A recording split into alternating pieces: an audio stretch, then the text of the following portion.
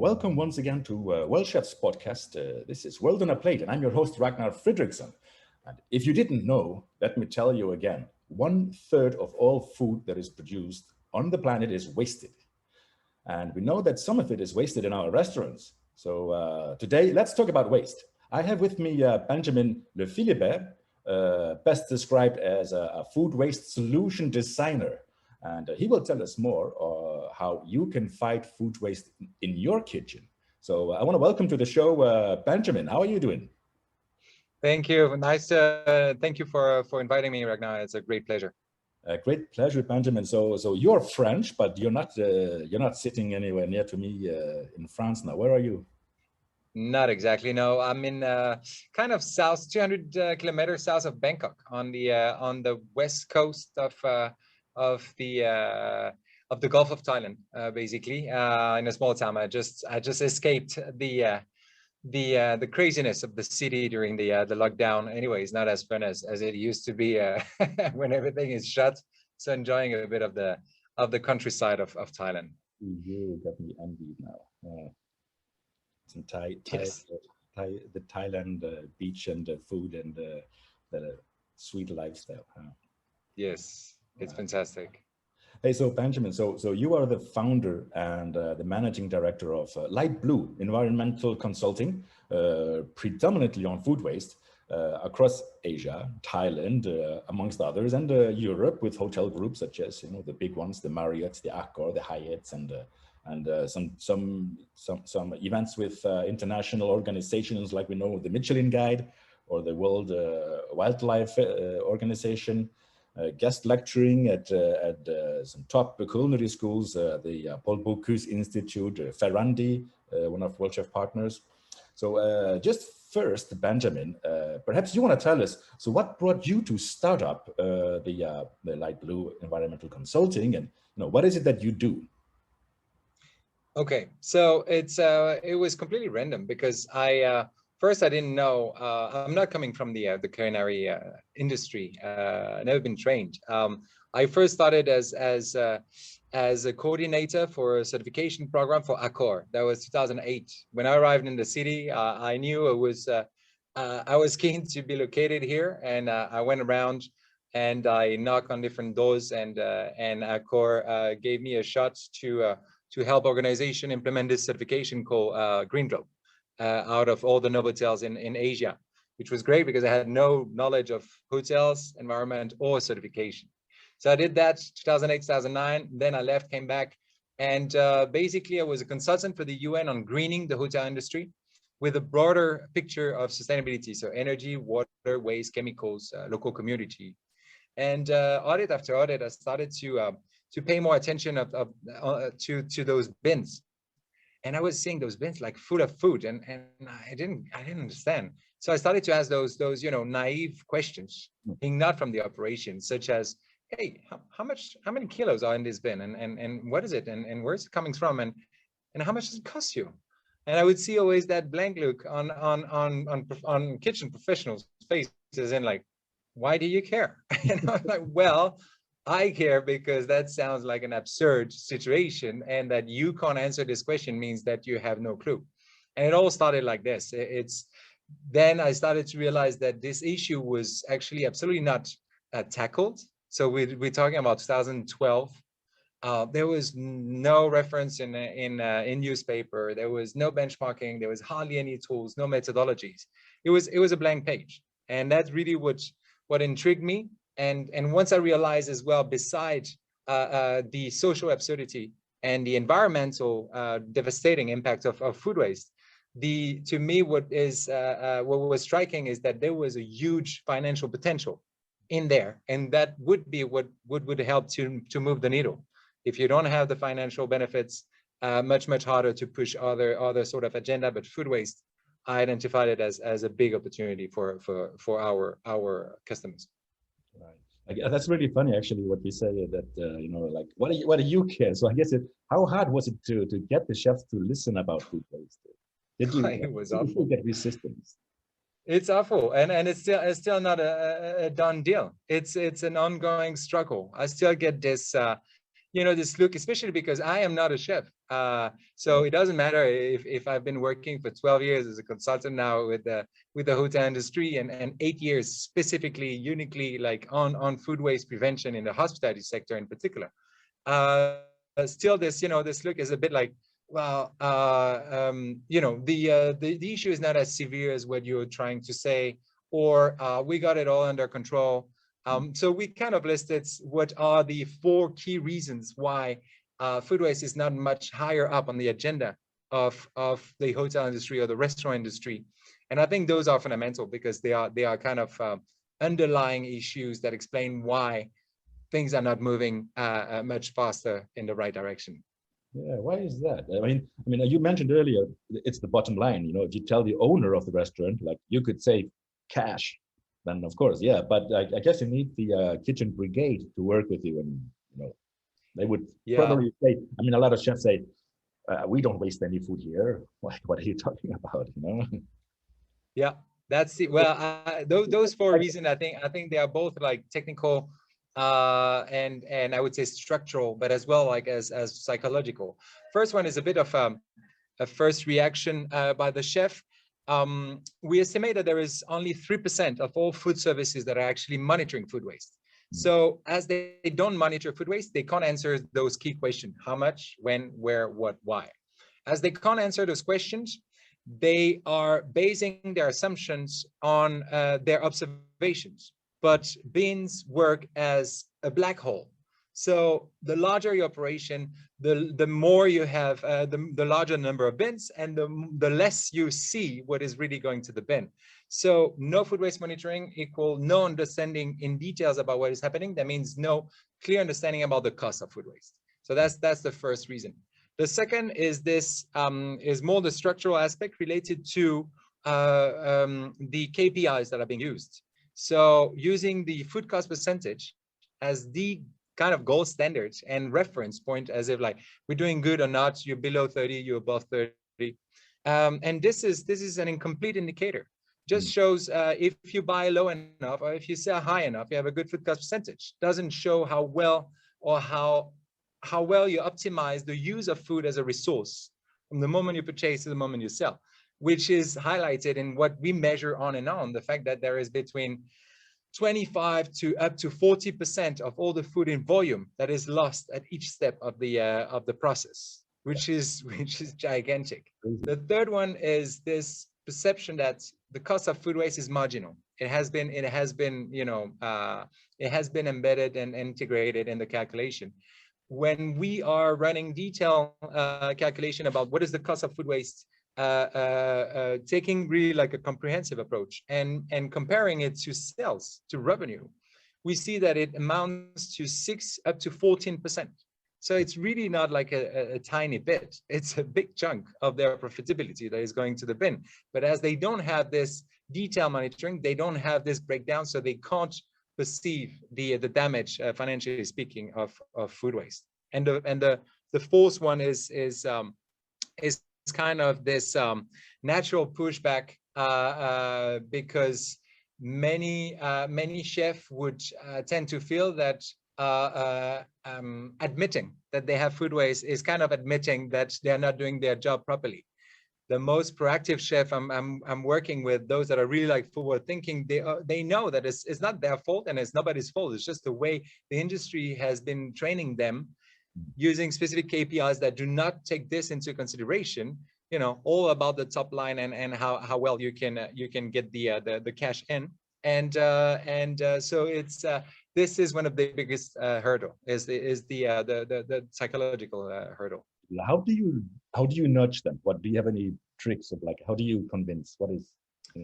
Yeah, good question. Well, there are different cases. There's the cases where I mentioned you are running into chefs that really sees that as an opportunity. Okay, let's take a fresh look. Let's get this external input and try to see how we can improve our operation. This is even more, I would say, usually the best buy-in are by the chefs that are as well chef owners. If they have stake in the organization. If they don't, yeah, then it's a different ball game. If they don't, then they are in a kind of management role, or even if executive chef of large organization, they may have some incentive, but is not directly related. And there is very often as well this fear of rocking the boat, and they don't want to rock the boat. In that case, we have to take a step back and get actually the buy-in from the top management. Like, for instance, if we're in a hotel, general management, to say, okay, guys, can we make sure that we go through very specific steps? The first one is to get the team to understand why food waste is an issue. And this why is just fundamental, because if the team do not understand, they would be perceiving this sort of system as an intrusion or a way to check if they're doing right or wrong. And usually it doesn't go the right direction. The second aspect is to check, can we implement some incentive systems, ways for the team, if it is not like to get cash back, at least to get a system of recognition. And this is usually the work that we would do with human resources, for instance, if we take larger operation, or even in smaller organizations, to make sure that there is some sort of recognition systems. Everybody tends to think, oh yeah, the only thing that works, and I am working in developing countries as well as in Europe, they tend to think, oh yeah, the only thing that works is cash. It's not necessarily true. Very often, we see that recognizing the effort of the team can go a long way in progressing. Interesting. Yeah. So tell me, where does most of the food waste occur? Like, when you go into a restaurant, where do you look first? Yeah, it's a good question. Actually, what we've seen since we started to intensively collect data about food waste in the restaurant and hotel sector, we use 4 categories to help to understand where is food wasted in the whole process. And those 4 categories are spoilage, so that would reflect anything related to storage management, FIFO, equipment, etc. Then we have preparation, anything that is lost from the raw product to the finite product. Then we have buffet waste, if it is applicable, and plate waste, whatever comes back from the customer. So if we take those first 2 categories, spoilage and preparation, 90% of the time, those represent 50+% of the volume of food waste generated. So just to put things in perspective, those 50+% of what we call pre-consumer food waste, we take everything into account out of practicality, because it's very important to have systems that work for the chefs. So at the very beginning, we're trying to, to distinguish what is edible, what is not edible, what is avoidable, what is not avoidable. And then we realized it was such a nightmare. And people don't have time. They don't have the same definition. Then the logistic is a nightmare. So everything, when we say food waste, we take everything into consideration. And for instance, the peels, the stock, the bones, if they are not reused, are in the big package, as we call food waste. When we calculate the financial impact, we rule that out. But when we look at the big pictures instead of data, this is taken into consideration. Right. So what are like any simple solutions, a chef are listening out there, they should be thinking about what they could adapt right now, whether like typical mistakes that people do in their storing or preparation? I think it's, it's really, usually it's not like one sort of solution that most of the people would be, oh shit, I didn't think about that. It's usually a combination of factors, and those I would regroup them in a few categories. The first one is 100% on awareness raising.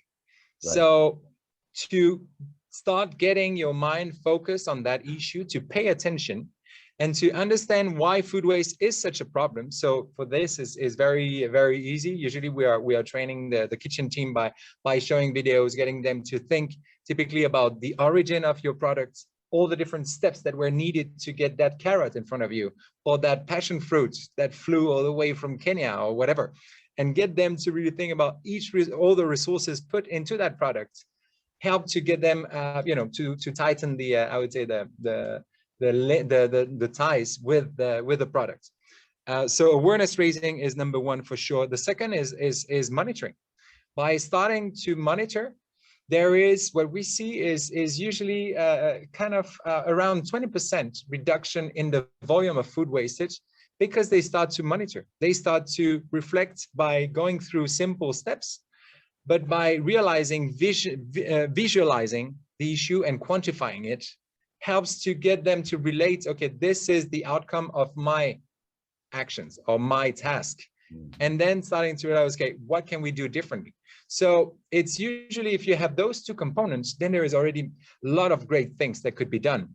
And then you can further push and go the extra mile. Typically, this is why we co-designed this pledge on food waste certification, by being much more structured and having clear procedures that help to, what I call, tighten the screw at each of those steps where food is potentially lost or wasted.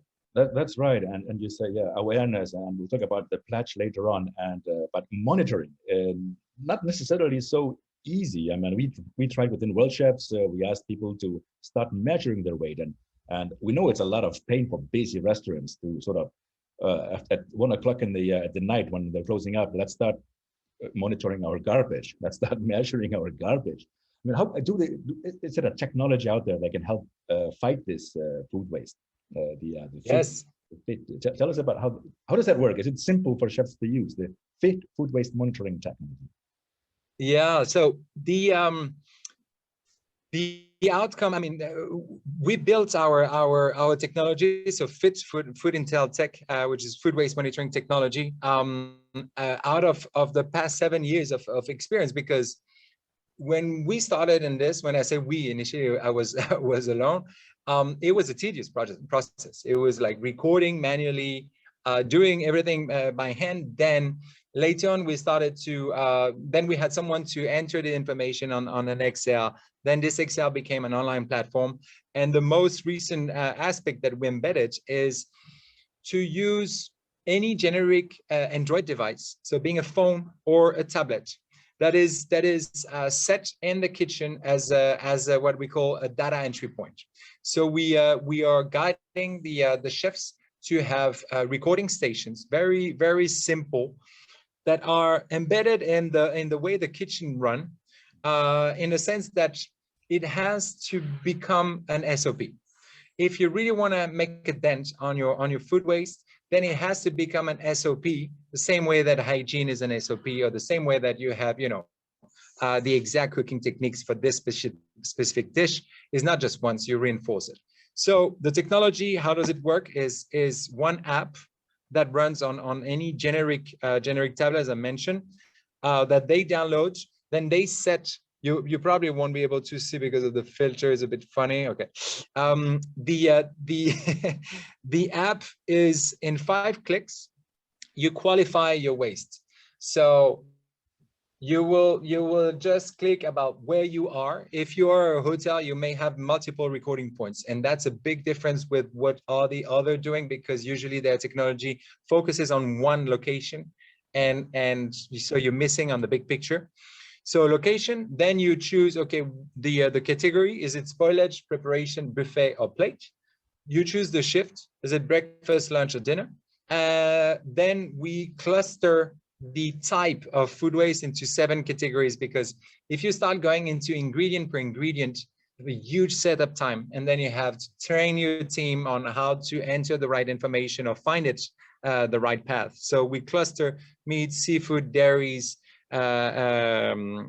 vegetable, fruits, mixed, and then they just enter the quantity, and the information goes directly to the cloud. And in the cloud, we have our cloud-based software based on the information that are recorded. After 7 days, we establish their baseline, which is their starting point.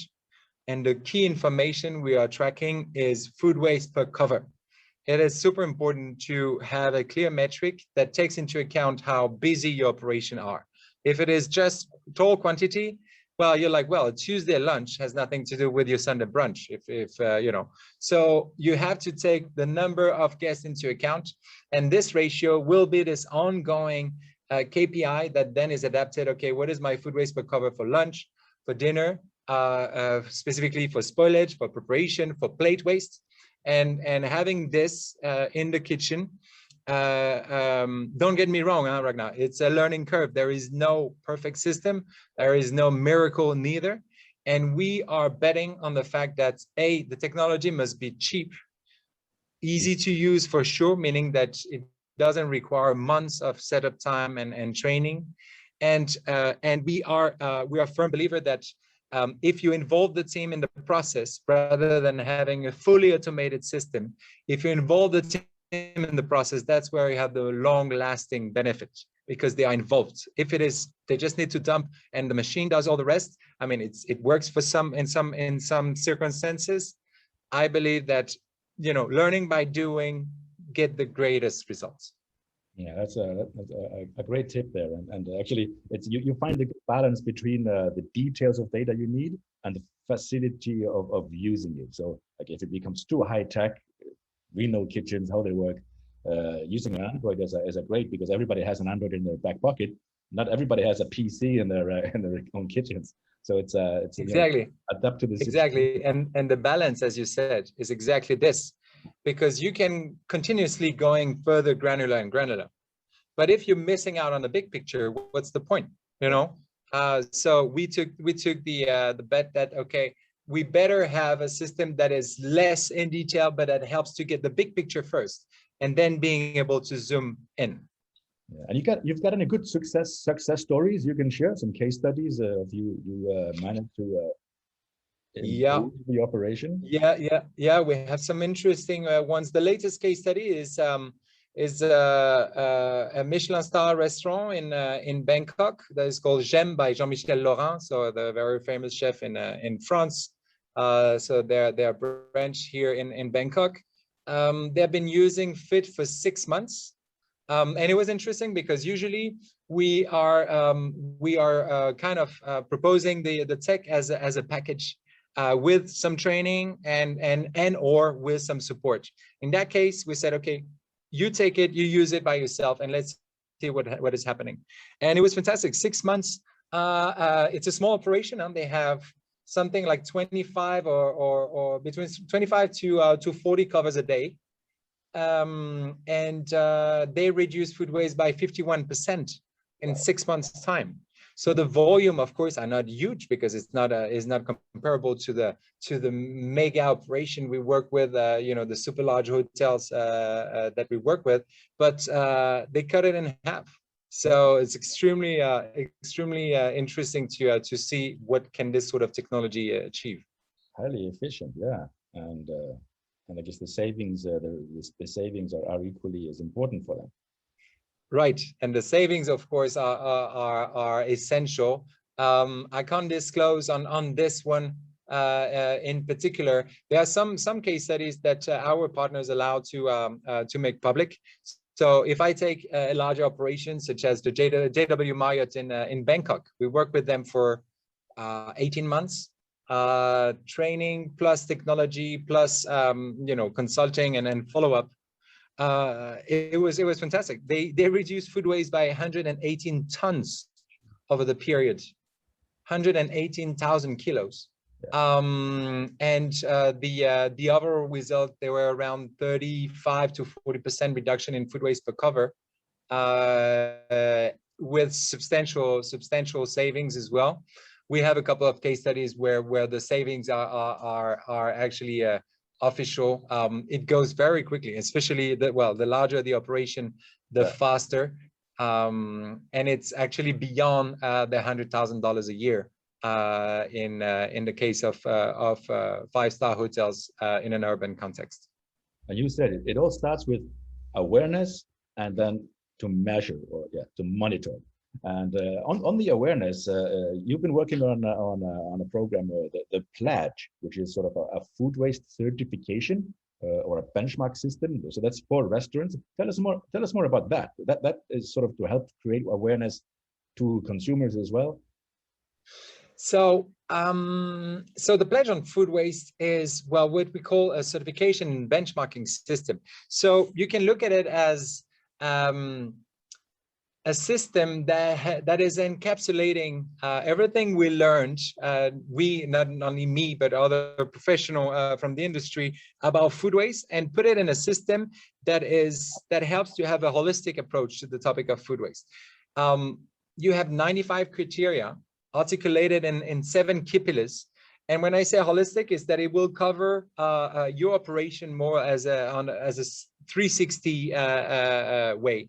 So from what is the direction, the policy, the reporting system, to how do you train your team, to how do you monitor food waste, to how do you review your procedure, you know, from receiving to storage to preparation, forecasting, service, etc., to how you engage your diners. And this is really one of the two most innovative aspects on the pledge, is that the diners are engaged in the topic of food waste, which has been for a very long time, as you know, a topic that was inconceivable. Like, diners are not here to hear about food waste; they're here to enjoy the food, the experience.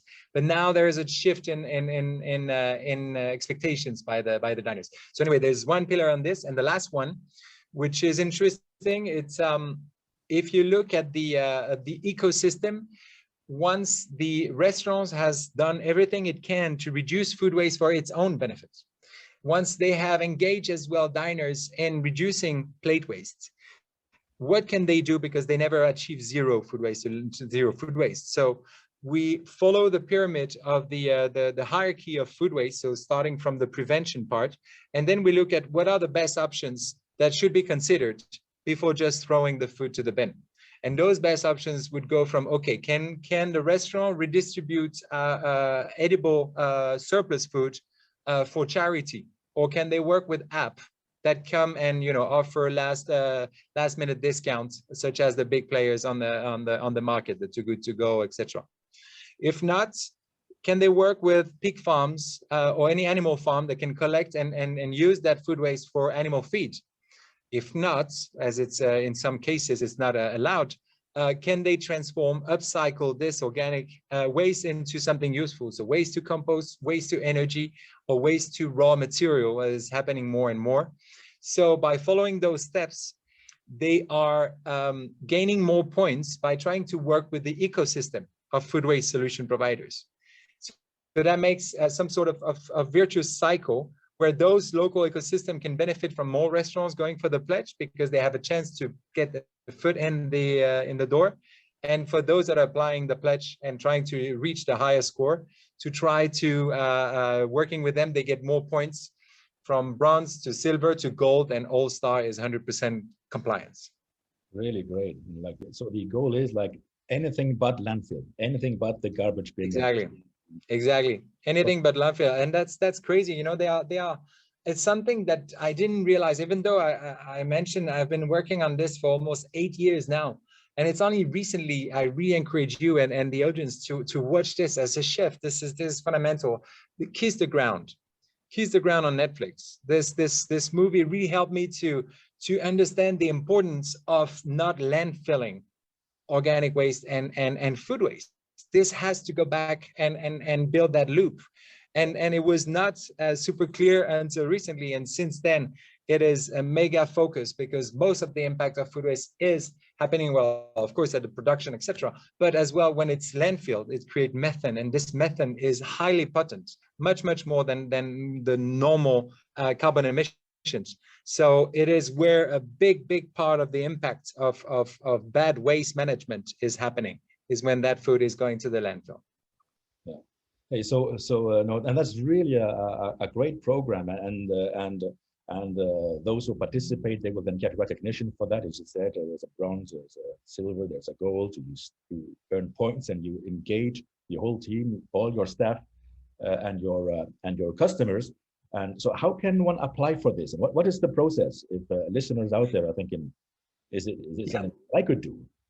So for well, it's simple. It's the pledge on foodwaste.org. That's where you get all the information. You can sign up over there. Once you sign up, so you pay for the registration fees. The registration fees give you access to the platform, the 95 criteria. Each criteria has explanation. Each explanation is correlated, most of them, with some tools, templates and stuff that help you progress. The platform is pretty well designed and used by many other certification standards, where you can track your progress. So basically, those 95 criteria are articulated into 7 pillars. We recommend to build a team of who will be in charge. So not only I don't believe in the one person's kind of responsibility if you really want to achieve something. So they share, okay, what is the role of the team, of the kitchen team versus the role of the service team. We try to get HR as well involved, and Markham. And the process usually takes between I would say 4 to 6 months if they are I would say taking it easy. And it will be a natural step-by-step process where it starts by, okay, defining who will be the team in charge, where are we heading, what are the evidences that or the actions that we already have in place, because it's not that they start from scratch. Many restaurants already have some of those bits and pieces, so it will be about collecting what they already do and document it, and whatever they don't do yet, they assign roles and responsibilities and ensure that it is embedded in their operation. So at the end, when they are ready, they go through an audit. So it's third-party verified. So it's not us, it's not the pledge that is doing it, is accredited auditors. And the auditor will review all the 95 criteria, their compliance, and define what is their score out of 100. Once they have those results, they will be given access to the communication toolbox, where they can start sharing what they've been doing and differentiating their business from the crowd, which is one of the key aspects. Yeah, absolutely.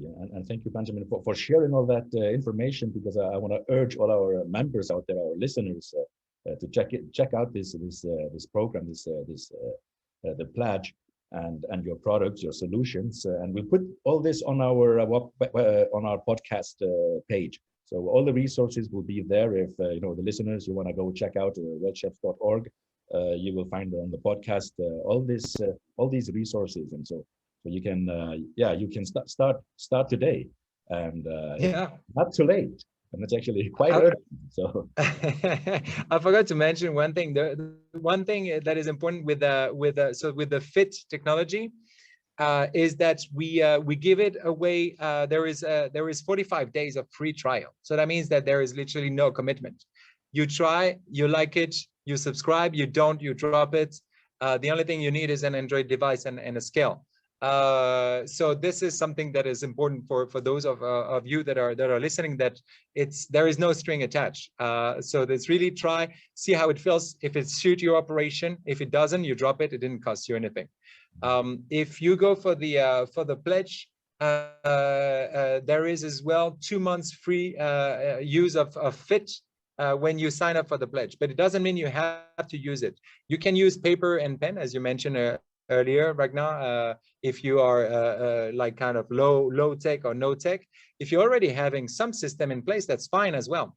It means that this part of the requirements, you don't have to comply with or to do any additional work, because you already do it. So that means that it's a door open as well to other kind of solution providers on the monitoring side. Because if you have one of our competitors' solution, it's fine. That means that you already are one step closer to the certification. Excellent. Nothing to lose, all to gain. So that's for sure. And we were talking about key metrics.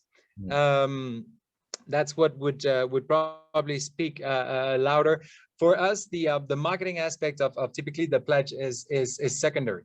It is important to differentiate your product from the competition, but the primary benefit of this is clearly on the bottom line. So we're looking at 3 to 5% reduction in cost per cover when you are implementing the pledge on food waste in your operation.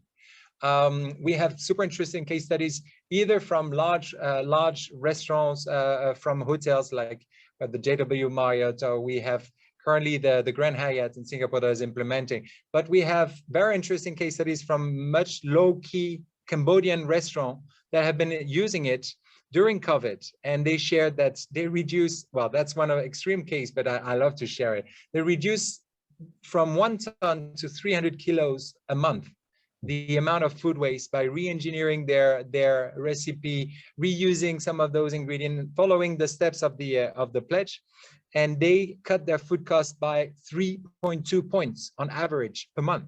That's really crazy, and they're just by thinking differently, really. Yeah, and by following that methodology and by tracking food waste, this is what can be achieved. Their investment was very minimal, and this is what they gain in a very short period of time. Thank you, Benjamin. That's really inspiring. So I hope everybody out there is inspired enough now to go ahead and we need to start thinking differently and make a difference. We have the United Nations Food System Summit coming up, and food waste is high on the agenda. It's actually where the restaurateurs, the chefs can have an impact and immediately, because it's our everyday operation. So again, Benjamin, I want to thank you. Anything else you want to share with us? Maybe just a word about what is happening now. Well, 2 points. The first point is in countries, there's a change of legislation that is happening, and that most professionals are not necessarily aware of.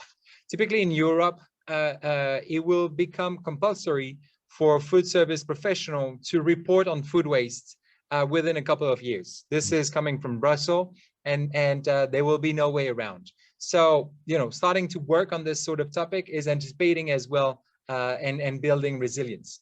The second aspect is that we are working actively on our FIT food waste monitoring technology to embed other elements such as gamification, how to get the team to point system levels, competition, etc., to gain further buy-in by the team that is using the app to record food waste in the kitchen. That's going to be an interesting aspect.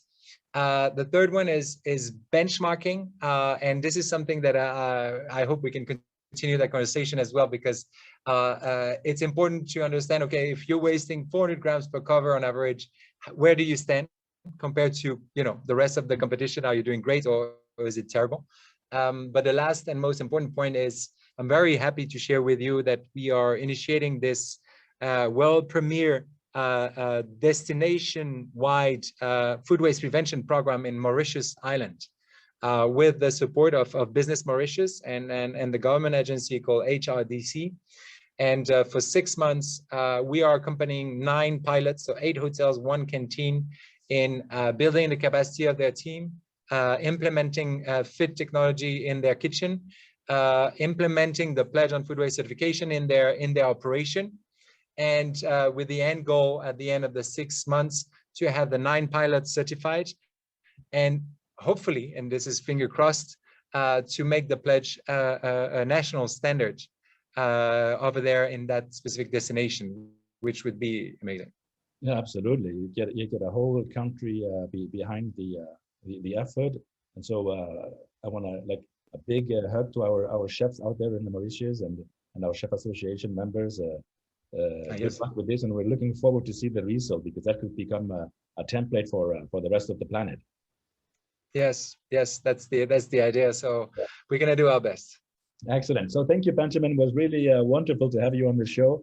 And as I said, for our listeners, we'll have all the resources on the webpage, so they can click on and find the links and to the right directions. What if they want to get some more information about your solutions. And so thank you for coming on the show, and I'm looking forward to catching up with you again. Yes, absolutely, Ragnar. Thank you so much for your time, and to all of you that are listening to this podcast. Yeah, we would love to be in touch. So anytime, and Ragnar, thank you very much for that invitation. I really appreciate it. Thanks, Benjamin. So everybody out there, thanks a lot for listening, and I hope you enjoyed the show. Don't forget to sign up to your Worldchefs account, worldchefs.org, a free account, so you get all the information and all the resources and how you can be involved on all our different subjects and events that will be opening up soon. So just I want you to, in the meantime, stay safe. You're listening to Worldchefs podcast, World on a Plate, and I'm your host, Ragnar Fredriksson. So speak to you soon. Bye-bye.